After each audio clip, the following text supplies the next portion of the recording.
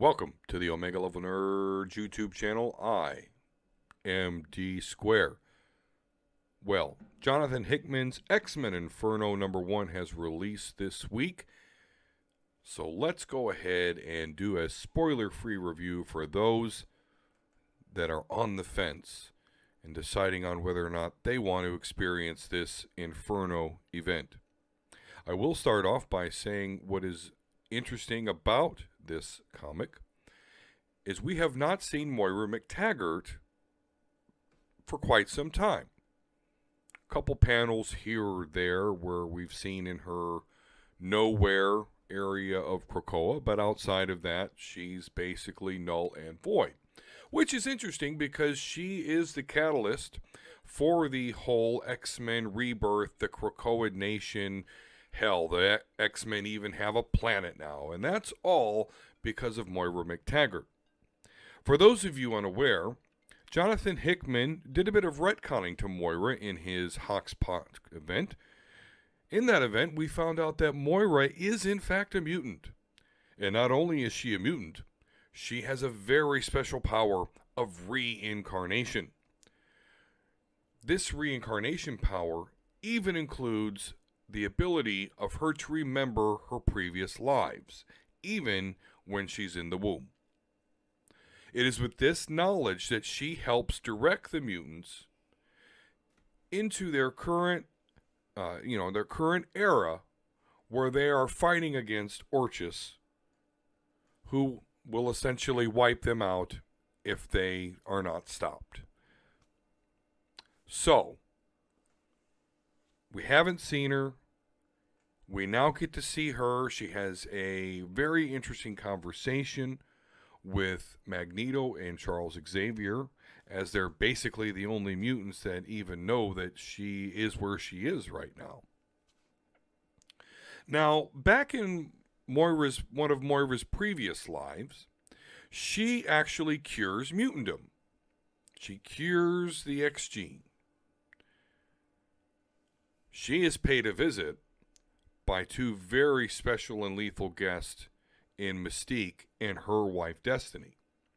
Destiny has the power to see the future. And she, of course, not a fan of the fact that Moira has created a mutant cure, and even though Moira herself says that she's only going to give it to mutants that want it, Destiny and Mystique know that it will be used as a weapon. Destiny, with seeing the future, is fully aware of Moira's powers. She knows that if she dies, the whole Earth, hell, the universe itself, will all go back in time, and Moira will live another life. With this knowledge, she, of course, kills Moira, but she has Pyro do it. So he burns her, and she commands him to burn her slowly, so that she remembers this pain, so that she understands that if she pursues this mutant cure, this is what she will experience. Because Destiny, again, can see the future, is older than Moira, so she will know if Moira tries the mutant cure. Fast forward to the current issues. Again, not seen a lot of Moira, but we have heard of her edict of no precogs are to be resurrected. Mystique is around. She is a part of the Quiet Council, and she, of course, wants her wife back. I'm sure you've all seen that panel where she yells, "Give me my wife back." Well, she's basically been hoodwinked into doing missions, suicide missions basically, where she's promised if she actually succeeds, her wife will be resurrected, but that doesn't happen. That becomes a very, very frustrating prospect for Mystique. Even though she is on the Quiet Council, she is beholden to the whims of Magneto and Charles Xavier because they're using this against her. Even though, again, no intentions of resurrecting Destiny because Moira McTaggart will not have it. Excuse me, I'm Eric Lensher. Charles Xavier. Go fuck yourself. So the story is great because we get really reintroduced I mean, if you've been following the X-Men, again, you've known this frustrating process that Mystique has gone through, but now we do see Moira reintroduced into the fold. She reestablishes the rule of not reviving any precogs, and in this issue, she basically asked Magneto and Xavier to make sure that it just simply cannot happen. The story continues to actually do something very, I don't want to say very surprising, but I was surprised that we actually saw this. So, very cool cliffhanger ending that absolutely makes me, excited and eager to see, issue number 2. So that to me is a sign of a good story. We're going back to, the story that's kind of unfinished. And then it's making me want to continue the story and see what happens in the next issues. So that's great. Very big fan. Hickman is a good writer.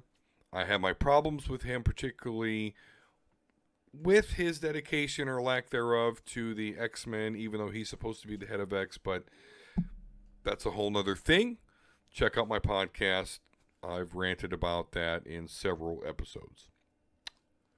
With that said, the story of this, though, is good. I do enjoy the writing of this comic. I also enjoy the artwork. The artwork, as with most X-Men comics, is top-notch. Very detailed. They don't do any crappy overshading or anything like that. So it does meet the high quality that one would expect with the X-Men. So if you are on the fence, I say go to your comic book shop. Chances are they do have copies. I know I went today to clear out my file, and I ended up picking up an extra copy because there were plenty of variants there and even some original covers.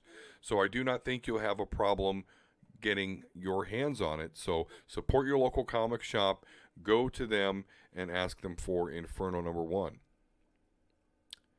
All right. Well, thank you so very much, guys. Remember, if you didn't already know, we have a podcast here on the Omega Level Nerds channel. Me, Volsker, Halo Drama, J100. It's the Omega Level Nerds. We do it about 8 to 8:30 on Sundays. And I hope you come to the stream and chat. Speaking of chat, tell me what you thought of Inferno number 1 if you've read it already. Let me know if you have any questions down in the chat. And if you've enjoyed the content, please make sure you hit that like button and subscribe if you haven't already. Last shameless plug, of course, will be we are on Twitter at OmegaLevelNerds.com.